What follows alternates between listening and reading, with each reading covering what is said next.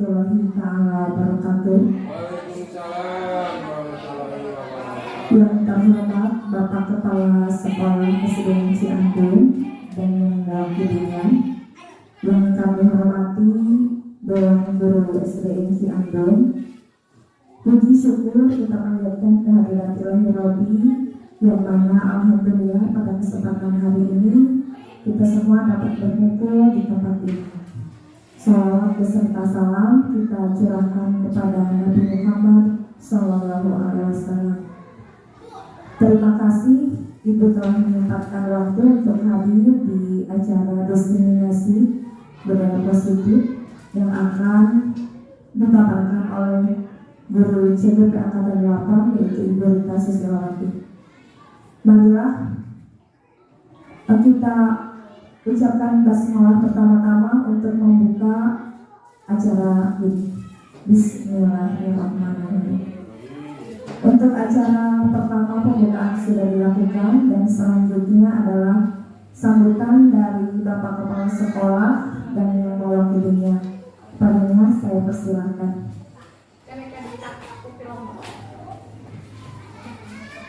Bismillahirrahmanirrahim. Assalamualaikum warahmatullahi wabarakatuh.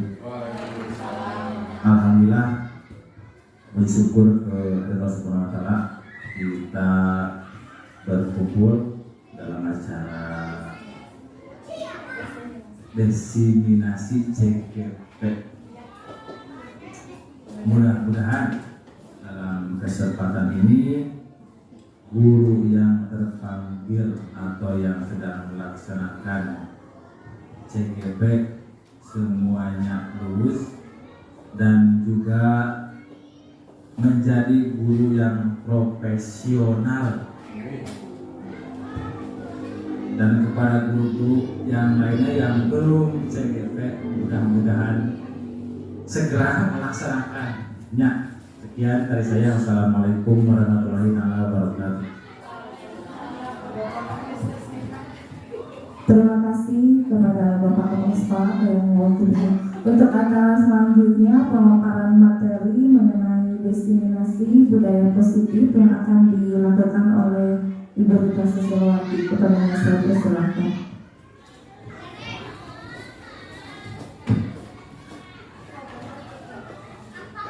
Assalamualaikum warahmatullahi wabarakatuh. Selamat siang Bapak dan Ibu Guru Hebat. Terima kasih sudah menyempatkan waktunya untuk mengikuti kegiatan diseminasi dari dari tugas aksi nyata modul 14 dalam kegiatan calon guru penggerak angkatan 8. Karena pembukaan tadi sudah, jadi saya akan langsung ke acara inti, yaitu kegiatan mendiseminasikan modul 1.4 tentang budaya positif. Baik Pak Bu,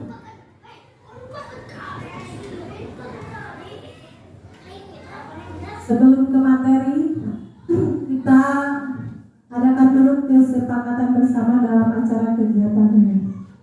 Yang pertama di sini ada memanfaatkan dan saling berbagi waktu. Apakah Bapak dan Ibu sepakat? Terima kasih. Yang kedua, buka hati dan pikiran untuk sama-sama belajar. Sepakat juga? Dan yang terakhir yaitu mengangkat tangan apabila Bapak dan Ibu ingin berbicara atau berpendapat. Mungkin itu kesepakatan bersama kita pada hari ini dalam kegiatan diseminasinya. Kemudian yang selanjutnya, agenda yang akan saya paparkan pada kegiatan ini, yang pertama ada disiplin positif dan nilai-nilai kebijakan universal, kemudian kebajikan, kemudian teori motivasi, hukuman dan penghargaan, dan restitusi.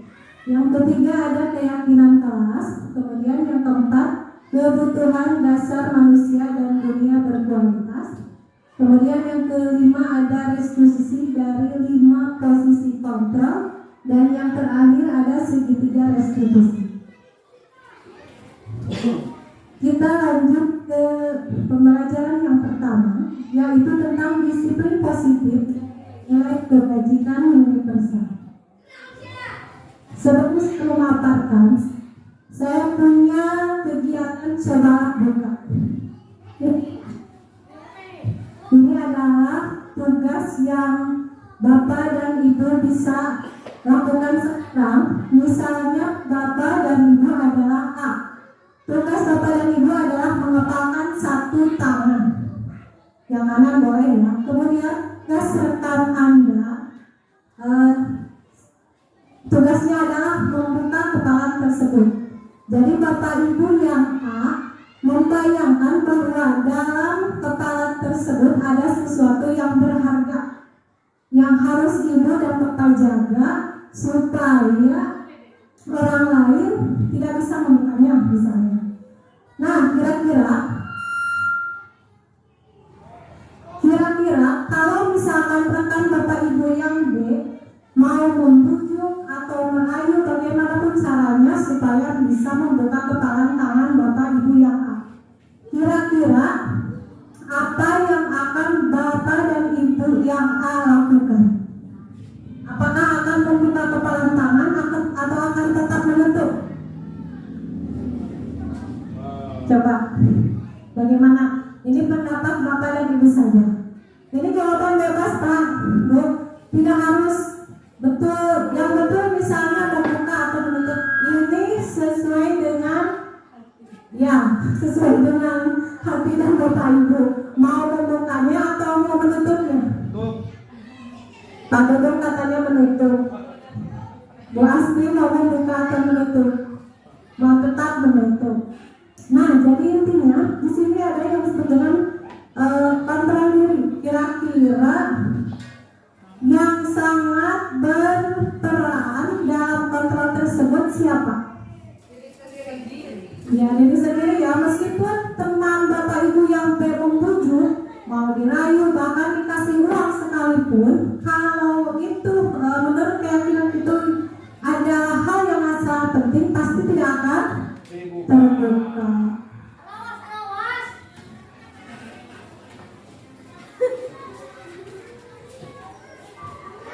Ya, jadi jawabannya adalah tentu kita sendiri yang memegang atas kontrol tersebut atau kepalan tangan tersebut karena akan menyesuaikan dengan kebutuhan yang ada pada saat itu. Ini ada pertanyaan. Kira-kira apa yang terlintas dalam benak dan Bapak Ibu hebat tentang disiplin? Menurut Bapak dan Ibu, apa itu disiplin? Kira-kira kalau kita mendengar kata disiplin, apa yang terlintas dalam benak dan Bapak dan Ibu? Taat bisa. Selain taat apa Bu? Melaksanakan aturan. Melaksanakan aturan. Ada yang lain? Disiplin. Ya, disiplin. Kalau di sekolah kita suka menerapkan disiplin. Ya, tentu kita menerapkan disiplin ya di sekolah. Nah, di sini kemudian ada yang disebut dengan disiplin positif. Ada yang tahu apa itu disiplin positif menurut pendapat Bapak dan Ibu semua? Disiplin yang baik. Ya, betul, positif. Kita kalau mendengar kata positif pasti pikirannya pada baik. Kalau negatif pasti jelek. Ya, di sini dalam budaya kita, mana kata disiplin tadi biasanya dimaknai dengan sesuatu yang dilakukan seseorang pada orang lain dengan mendapatkan kepatuhan.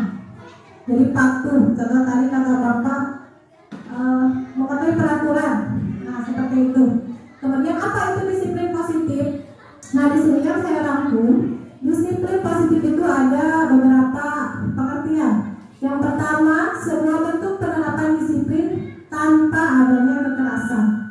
Kemudian, upaya mengkomunikasikan perilaku yang efektif antara orang tua dan anak. Kemudian, mengajarkan anak untuk memahami konsekuensi dan perilaku mereka. Dan yang terakhir, mengajarkan anak tanggung jawab dan rasa hormat ketika berinteraksi dengan lingkungannya. Kita langsung ke tujuan. Tujuan dari disiplin positif yaitu menanamkan motivasi pada murid-murid kita untuk menjadi orang yang mereka inginkan dan menghargai diri sendiri dengan nilai-nilai yang mereka percaya. Selanjutnya yaitu tentang nilai-nilai kebajikan. Ada yang sudah pernah mendengar apa itu nilai-nilai kebajikan? Kalau nilai-nilai kebaikan, mungkin sering mendengar kata-kata nilai kebaikan. Nah, di sini nilai-nilai kebajikan adalah sifat-sifat positif manusia yang merupakan tujuan mulia yang ingin dicapai setiap individu. Saya langsung ke ini. Kita pernah mendengar kata profil pelajar Pancasila. Ini ada profil pelajar Pancasila. Bahkan sekarang sejak tahun 2021 atau tahun berapa ya, kita seharusnya sudah menggunakan kurikulum Merdeka Belajar. Nah, di sini ada yang disebut dengan profil pelajar Pancasila. Nilai-nilai kebajikannya ada 6 poin. Yang pertama yaitu beriman, bertakwa kepada Tuhan Yang Maha Esa dan berakhlak mulia, berkebinekaan global, bergotong royong, kreatif, bernalar kritis dan mandiri. Itu nilai-nilai kebajikan dari profil pelajar Pancasila. Kemudian selain profil pelajar Pancasila masih ada beberapa nilai-nilai kebajikan. Nah, ada yang disebut dengan Ibadah Rebellious Program, kemudian 9 pilar karakter, kemudian petunjuk seumur hidup dan keterampilan hidup. Kemudian ada The 7 Essential Virtues, kemudian yang terakhir adalah The Virtues Project. Itu adalah nilai-nilai kebajikan. Kita beranjak pada pembelajaran yang kedua, yaitu tentang teori motivasi, hukuman dan penghargaan dan restitusi.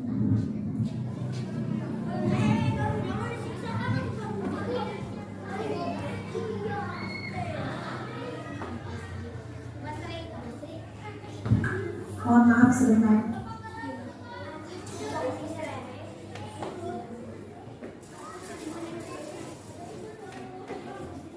Nah, di sini ada motivasi perilaku manusia. Jadi ada yang timbul dari luar atau eksternal, dan ada yang timbul dari dalam atau internal. Contohnya motivasi eksternal yaitu menghindari ketidaknyamanan atau hukuman, kemudian mendapatkan imbalan atau penghargaan dari orang lain. Sedangkan motivasi internalnya yaitu menjadi orang yang mereka inginkan dan menghargai diri sendiri dengan nilai-nilai yang mereka percaya. Selanjutnya apa itu hukuman? Kalau hukuman, contoh kita di kelas suka melakukan hukuman, suka ya. Kalau misalkan ada anak yang melakukan kesalahan, secara refleks kita akan memberikan hukuman. Misalkan datang terlambat, hukumannya apa, atau menggulung teman akan seperti apa. Nah, di sini apa itu hukuman? Hukuman itu bersifat tidak terencana atau datangnya dengan tiba-tiba. Jadi anak atau murid itu tidak tahu apa yang akan terjadi dan tidak dilibatkan. Hukuman itu sifatnya satu arah, jadi hanya guru, ya, murid hanya menerima tanpa melalui suatu kesepakatan atau pengarah. Baik, sebelum masuk ke istilahnya, hukuman yang diberikan bisa berupa fisik maupun psikis. Ada yang bisa mencontohkan kira-kira kalau hukuman berupa fisik gimana? Misalkan anak si A terlambat datang. Nah, kebetulan misalkan yang pertama tadi adalah pelajaran PJOK. Kira-kira Pak, kalau ada anak yang terlambat datang, apa hukuman yang akan Bapak berikan? Push up katanya. Push up bisa ya daripada di nah, gitu maksudnya seperti itu. Kemudian yang dilakukan yang sekarang adalah dihukum oleh penghargaan.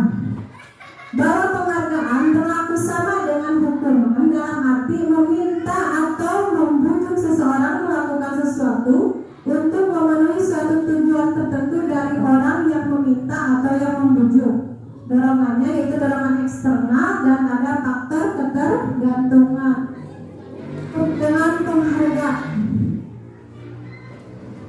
Kira-kira contohnya apa? Mungkin pasti didukung dengan penghargaan. Jadi kalau Boleh bertanya, Bu? Yang sabar. Saya sendiri diskusi.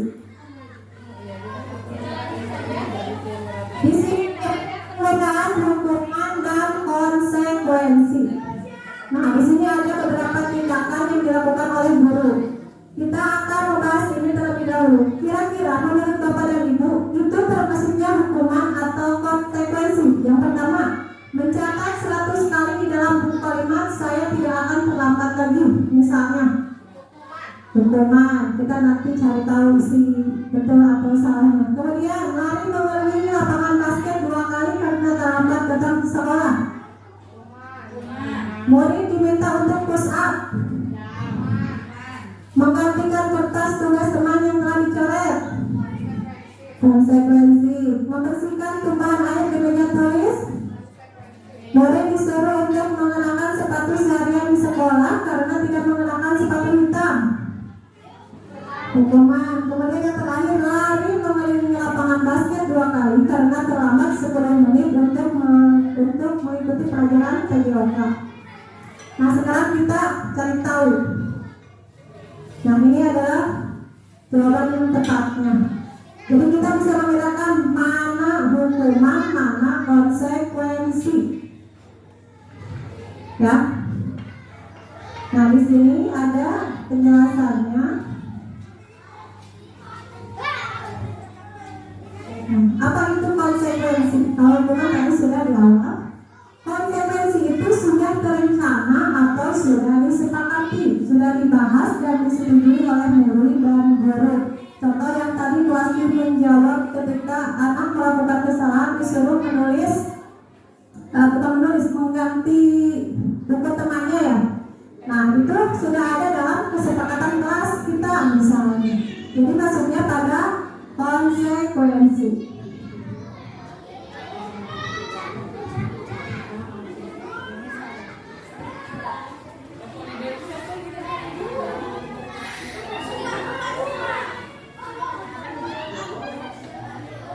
Nah, inilah perbedaan antara hukuman dan konsekuensi. Kita bahas begini. Kalau hukuman sesuatu yang menyakitkan harus terjadi. Contoh tadi, misalkan yang si anak yang datang terlambat langsung diberi hukuman oleh guru refleks. Kalau konsekuensi, misalnya membuat anak merasa tidak nyaman dalam jangka waktu pendek.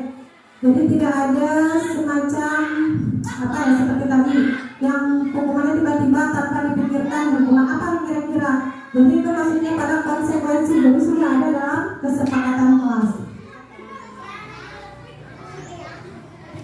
Yang selanjutnya adalah restitusi. Restitusi adalah proses menciptakan kondisi bagi murid untuk memperbaiki kesalahan mereka sehingga mereka bisa kembali kepada kelompok mereka dengan karakter yang lebih kuat.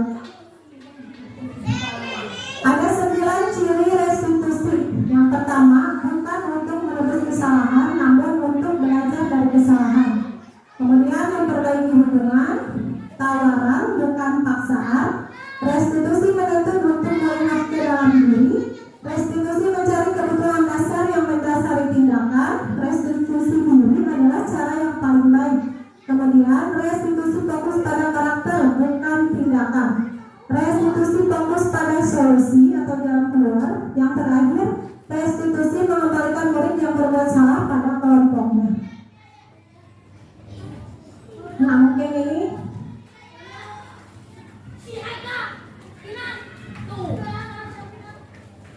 ada hukuman, ada konsekuensi, dan ada restitusi.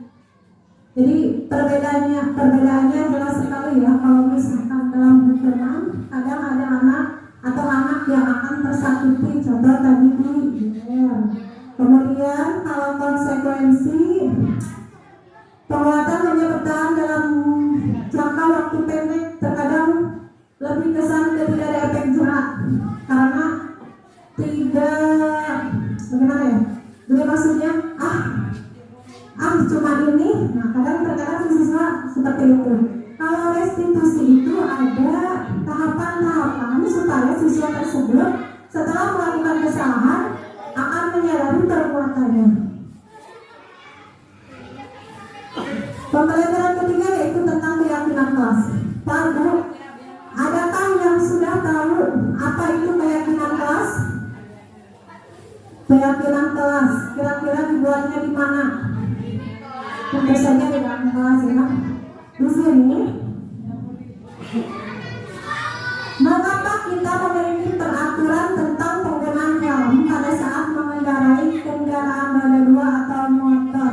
Kira-kira untuk apa ketika kita mau mengendarai motor harus memakai helm? Keamanan, keselamatan. Kemudian mengapa kita memiliki peraturan tentang penggunaan masker dan mencuci tangan setiap saat? Kesehatan. Nah, jadi nilai-nilai keamanan dan kesehatan inilah yang disebut dengan keyakinan. Mengapa tidak peraturan saja? Mengapa harus keyakinan? Perbedaannya, kalau peraturan itu sudah ditetapkan, contoh di dalam kelas, yang membuat peraturan itu adalah guru yang harus dipatuhi oleh siswanya. Sedangkan keyakinan dibuatnya bersama-sama. Misalkan siswa keyakinannya seperti ini. Nah, nanti disepakati bersama-sama bersama murid dan guru.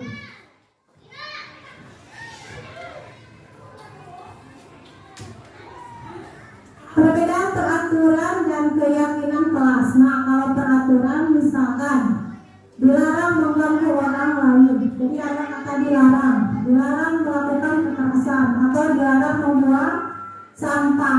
Kalau keyakinan kelas, kata dilarang itu dihilangkan. Misalkan dilarang mengganggu orang lain, itu termasuk pada menghormati orang lain. Itu disebutnya dengan keyakinan kelas. Nah, ini ada cara membuat keyakinan kelas. Misalnya sekarang tahun ajaran baru, jika Bapak dan Ibu di kelas mau membuat keyakinan kelas, ini adalah tahapan-tahapannya. Jadi yang pertama, mempersilakan murid untuk bercurah pendapat mengenai peraturan yang perlu disepakati. Jadi kita bagikan sticky note atau tulis kertas untuk menulis apa keyakinan yang mereka inginkan di dalam kelas. Kemudian mencatat semua masukan murid di papan tulis atau kertas besar. Susunlah keyakinan kelas dengan mengganti kalimat negatif. Jadi kalimat negatif itu seperti yang tadi, dilarang membuang sampah. Berarti keyakinan kelasnya menjaga kebersihan seperti itu. Buanglah sampah yang bisa. Kemudian tinjau kembali hasil curah pendapat, ajak murid untuk menemukan nilai kebajikan. Kemudian beberapa peraturan disatukan ke dalam keyakinan. Yang keenam, semua warga kelas meninjau ulang, menyetujui dan menandatangani. Dan yang terakhir adalah dilekatkan atau dipajang. Kalau kita sih biasanya dipajang di dinding kelas. Itu tahapan-tahapan untuk membuat keyakinan kelas. Pembelajaran keempat yaitu kebutuhan dasar manusia dan dunia berkualitas. Nah, ini adalah kebutuhan dasar manusia. Kita sebagai manusia mempunyai kebutuhan dasar. Ada 5 kebutuhan dasar manusia. Yang pertama yaitu jelas bertahan hidup. Kemudian ada kesenangan, kebebasan, penguasaan, kasih sayang, dan rasa diterima. Di sini saya akan membacakan pertanyaan pemateri. Ibu Ambar, guru wali kelas 2A di Desa Pelita Hati, sedang bingung menghadapi ulah salah satu murid di kelasnya yaitu Doni. Beberapa anak di kelas 2A telah datang padanya dan mengeluh. Doni yang seringkali meminta bekal makan siang mereka dengan paksa. Jika Anda menghadapi situasi seperti Ibu Ambar, apa yang akan Anda lakukan?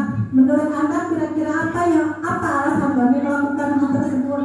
Nah, misalkan di sini guru wali kelas 2 ada siswanya tiap hari si Doni tersebut meminta bekal kepada temannya. Kira-kira kenapa dia berlaku seperti itu?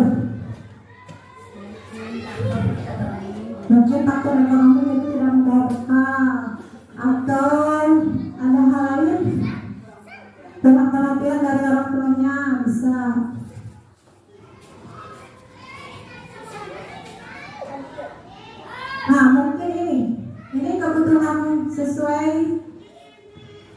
sesuai kebutuhan dasarnya.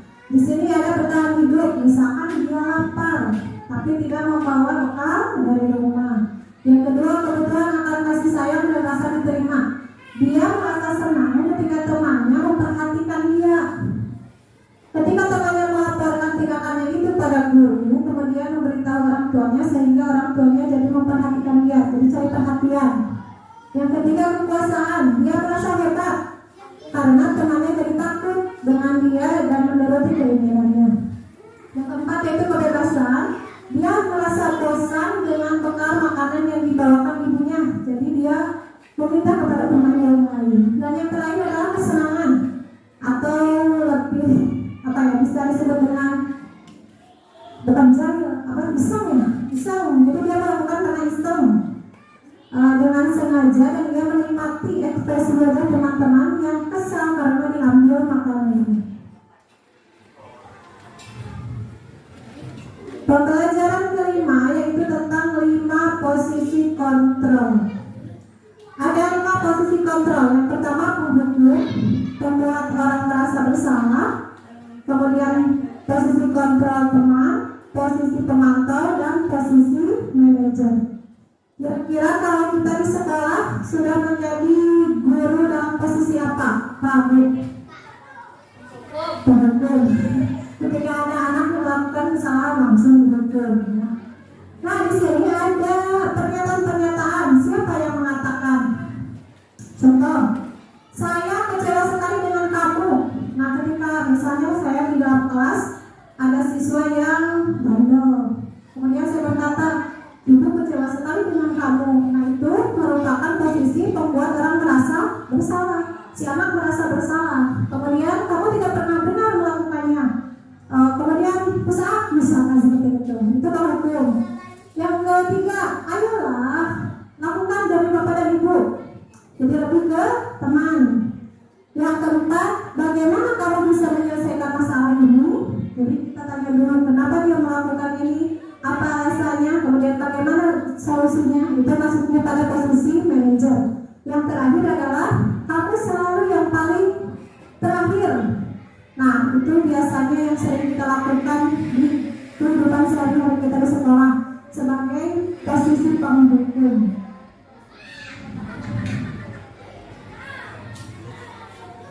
Yang terakhir yaitu segitiga restitusi. Nah, ini adalah gambar dari segitiga restitusi. Segitiga restitusi terdiri dari yang pertama menstabilkan identitas, yang kedua validasi tindakan yang salah, yang ketiga adalah menanyakan keyakinan. Jadi restitusi itu ada 3 tahapan. Menstabilkan identitas untuk membuat anak yang merasa gagal karena berbuat salah menjadi positif terhadap dirinya. Kemudian validasi kebutuhannya, membantu murid mengenali basic kebutuhan dasar yang ingin dipenuhinya ketika melakukan kesalahan tersebut. Dan yang terakhir menanyakan keyakinan, anak melihat kesalahan dihubungkan dengan norma sosial dan nilai-nilai yang mendasari manusia berinteraksi dengan orang lain. Nah, kemarin di aksinya, bukan aksi nyata, di tugas demonstrasi kontekstual, saya melakukan contoh dari praktek segitiga restitusi. Kalau misalnya tidak sesuai, jangan dikomentar.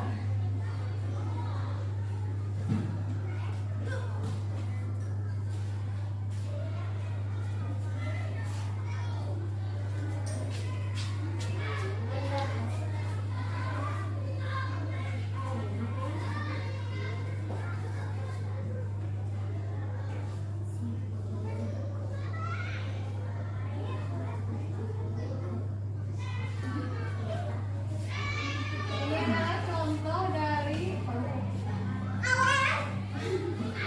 contoh dari praktek segitiga restitusi yang saya lakukan sebelumnya.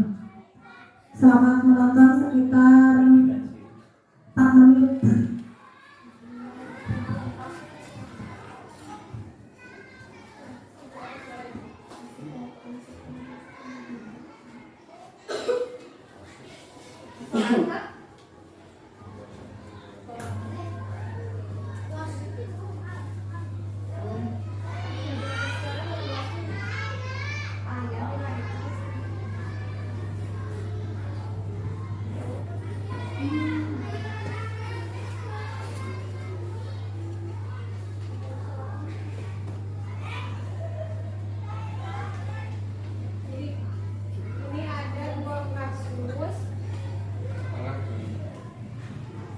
Jadi ini contoh kasus dari praktek segitiga restitusi. Jadi apa yang harus kita lakukan terhadap siswa yang melakukan kesalahan? Jadi bukan langsung dibekal, tetapi kita lakukan restitusi. Jadi yang pertama tadi yaitu menstabilkan identitas terlebih dahulu. Jadi misalkan si anak ditenangkan dulu, ditanya kenapa alasannya, kemudian validasi tindakan yang salah, kenapa si anak tersebut melakukan kesalahan tersebut. Kemudian yang terakhir adalah menanyakan keyakinan, kira-kira si anak tersebut melanggar keyakinan kelas apa, seperti itu.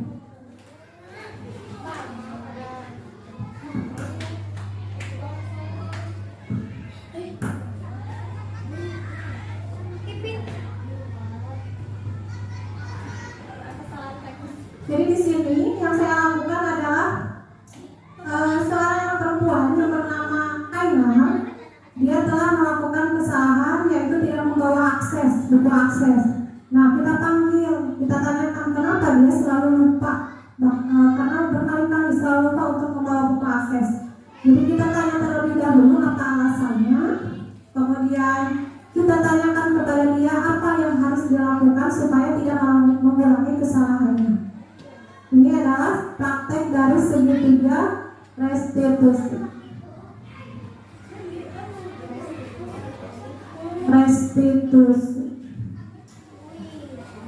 Nah, mungkin itu pemaparan dari saya tentang budaya positif. Untuk sesi selanjutnya saya akan beri kesempatan untuk dua penanya saja. Silakan, ada yang mau bertanya?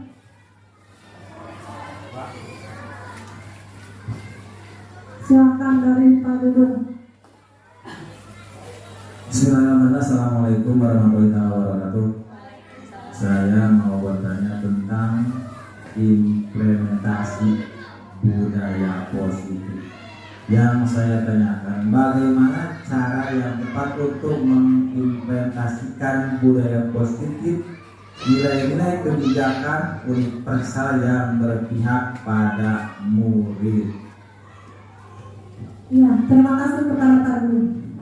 Bagaimana cara mengimplementasikan nilai-nilai budaya positif yang berpihak pada murid? Tahu tidak bagaimana maksudnya berpihak pada murid? Mungkin Bapak Ibu pernah mendengar, karena kebetulan saya juga sebelum jadi CGP kadang tidak mengerti apa itu berpihak pada murid. Ada yang bisa menjawab sebelum saya jawab? Coba Mas. Assalamualaikum warahmatullahi wabarakatuh. Berpihak pada murid menurut saya adalah menciptakan suasana lingkungan belajar sesuai dengan kemauan siswa, dan juga dengan batasan-batasan tertentu yang harus kita terapkan. Terus juga menciptakan pembelajaran yang menyenangkan dan bermakna. Mungkin ada yang mau menambahkan. Terima kasih. Wassalamualaikum warahmatullahi wabarakatuh. Waalaikumsalam warahmatullahi wabarakatuh. Mungkin ada Bapak dan Ibu yang mau menambahkan? Sudah cukup? Ya, jadi berpihak pada murid itu jadi lebih, kalau saya pernah mendengar kata menghamba pada siswa.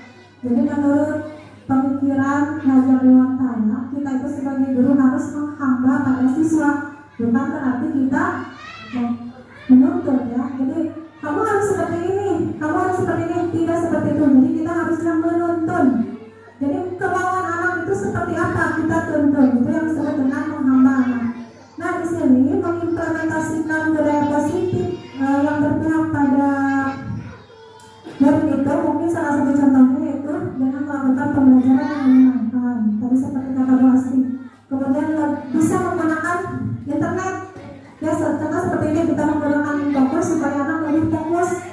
Kemudian dia merasa senang karena melihat hal-hal baru, tidak hanya dari penjelasan guru saja. Atau bisa juga dengan sering mengadakan diskusi kelompok. Jadi lebih banyak mengadakan kegiatan kelompok di dalam kelas. Sudah cukup Pak? Ya. Untuk penanya kedua mungkin silakan. Ibu Lia, silakan.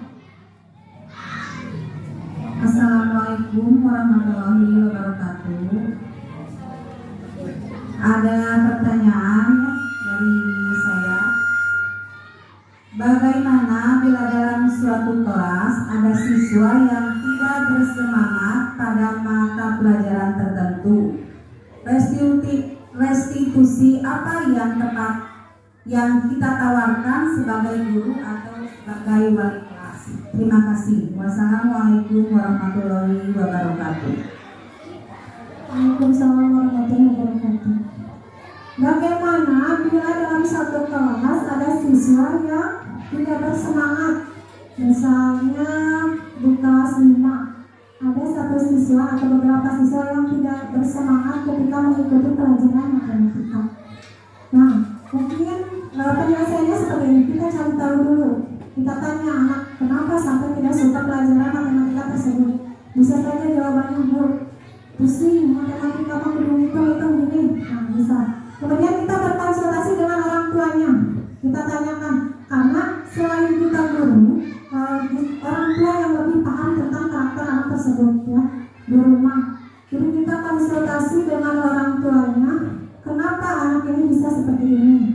Atau jalan kedua lain adalah kita berdiskusi dengan rekan sejawat. Misalnya saya berkelas 5, ketika menghadapi anak yang seperti itu dan saya tidak punya, misalkan tidak punya, ini harus gimana ya? Nah, kita bisa berdiskusi dengan rekan sejawat. Mungkin Bu Asti punya solusi. Bagaimana Bu Asti ini ada anak yang seperti ini? Mungkin Bu Asti punya solusi yang lebih baik.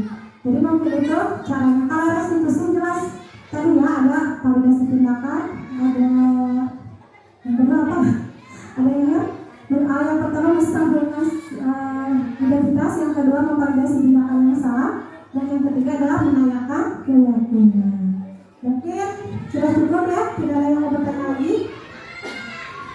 Baiklah, di sini yang terakhir sebelum saya menutup acara,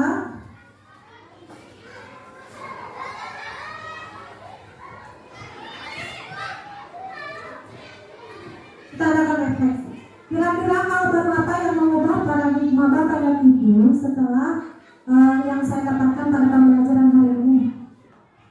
Mungkin ada pencerahan gitu, ada pencerahan yang Bapak Ibu dapat dari pemaparan yang saya sampaikan tentang budaya positif. Silakan Kak. Ada? Jadi mungkin ada yang mau menyampaikan hal baru apa yang mengubah paradigma saya atau yang saya dapatkan setelah kegiatan diseminasi yang saya paparkan. Berani mungkin? Jadi mungkin intinya begini ya, sebenarnya budaya-budaya tersebut sudah kita laksanakan di sekolah kita. Contoh tadi ada anak yang salah, tentu tidak semua guru langsung menghukum. Kita panggil dulu, kita tanyakan alasan, kemudian kita tanya jalan keluar. Itu sudah termasuk pada budaya positif yang disebut dengan restitusi. Hanya saja kita tidak tahu namanya. Begitu juga dengan saya. Awalnya saya tidak tahu apa itu restitusi. Setelah belajar di guru penggerak, oh ini yang disebut dengan restitusi. Padahal dalam keseharian saya sudah sering melakukannya. Seperti itu kan Bu? Ya mungkin seperti itu. Perasaan apa yang muncul selama mengikuti sesi ini? Bapak Ibu bagaimana? Bahagia, senang, mengantuk? Ya, mungkin itu pemaparan dari saya. Terima kasih atas waktunya. Dan mudah-mudahan Anda tidak puas dengan pemaparan yang saya sampaikan dan bisa belajar dari referensi lain. Wabillahi taufiq wal hidayah. Wassalamualaikum warahmatullahi wabarakatuh. Terima kasih kepada Bu Rita yang sudah memaparkan materi mengenai budaya positif yang sangat membuat kita tersadar ya Bu ya. Ibu-ibu yang lain tidak puas dengan pemaparan tadi, sehingga kita belajar bersama-sama untuk melakukan perubahan di sekolah kita agar bisa menerapkan budaya positif. Sekian acara kita tutup dan mari kita ucapkan hamdalah bersama-sama. Alhamdulillahirrahmanirrahim. Wassalamualaikum warahmatullahi wabarakatuh.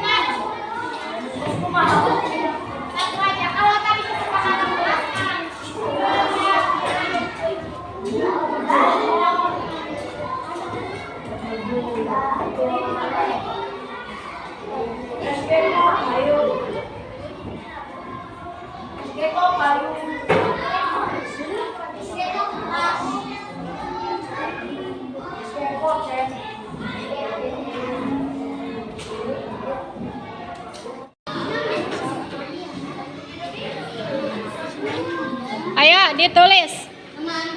Boleh dikasih nama.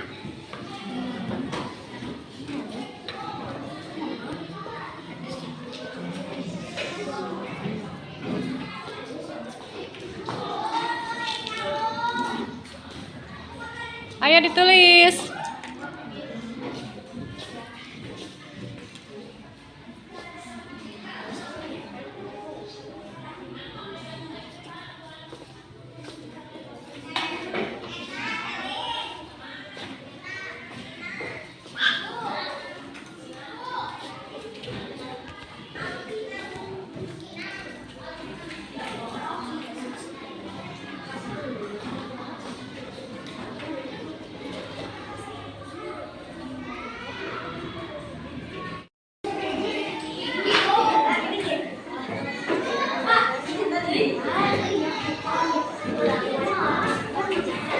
Yang sudah duduk kembali.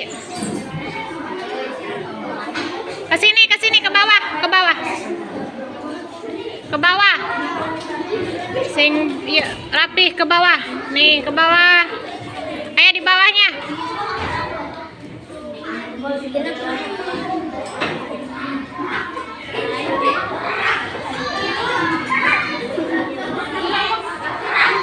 Ayo yang perempuan ke depan. Silakan tempelkan. Yang sudah menempelkan, silakan duduk kembali.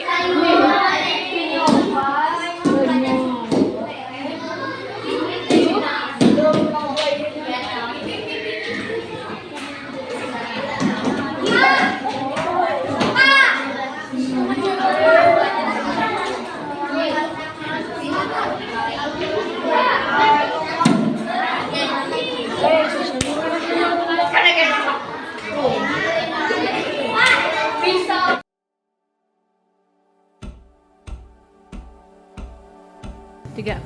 Assalamualaikum warahmatullahi wabarakatuh. Saya Nani Supriyatni, saya guru SD Cianjur.